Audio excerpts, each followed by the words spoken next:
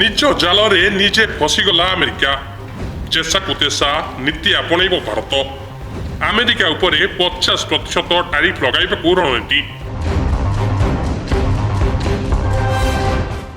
America राष्ट्रपति Donald Trump Bharat उपरे लगाइथिबा शुल्कर पालटा जवाब देबाकु जाउछि भारत। अमेरिकारु आमदानी हेउथिबा सामग्री उपरे भारत समानुपातिक भाବରେ टारिफ लगाइब।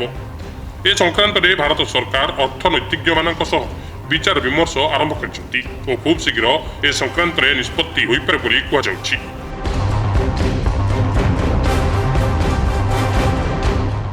टारिफ संपर्क में चूड़ांत निष्पत्ति न होबा पर्यंत भारत सह द्विपाक्षिक वाणिज्य आलोचना हेब नाही बोली अमेरिका राष्ट्रपति डोनाल्ड ट्रम्प स्पष्ट करिसेंती। भारत मध्य ए प्रसंग में अमेरिका सह आउ कोनोसी आलोचना हेब नाही बोली परोक्षरे आभास दैछि।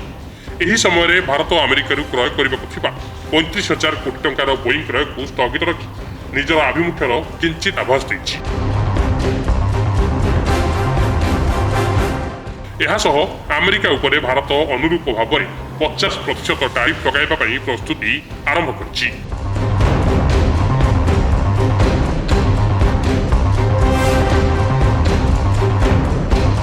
मिलिथिबा सूचना अनुसार भारत सरकार भारतीय रप्तानिकारी द्वारा होइथिबा क्षति सहित सेमाने अनुपात में किछि अमेरिकीय उत्पाद उपरे शुल्क लगाइबे। तेबे एही निष्पत्ति प्रधानमंत्री मोदी बेजिंग गस्त कार्यक्रम पर हेब। चलित वर्ष फेब्रुआरी मासरे अमेरिका राष्ट्रपति ट्रम्प भारतीय इस्पात और आलुमिनियम उपरे 25% शुल्क लगाइथिले। पर एहाकु 50% पर्यंत वृद्धि कर दैछि, जहा द्वारा प्राय 7.6 बिलियन डॉलर भारतीय रप्तानी को प्रभावित करिछि। अमेरिका को भारत वर्ष को प्राय 2000 कोटी टंकार चिंगुड़ी रप्तानी हेउथिबा बेले शुल्क वृद्धि जोगु चलित वर्ष प्रथमार्धरे मात्र 50 कोटी टंकार चिंगुड़ी रप्तानी होई परिछि। सेहिपरि फार्मा, आईटी और पेट्रोकेमिकल शिल्प मध्य प्रभावित होइछि। भारत यह विरोध में विश्व वाणिज्य संगठन में जुक्ति रखिथिले मध्य अमेरिका संपर्क में आलोचना पाई मना कर दैछि।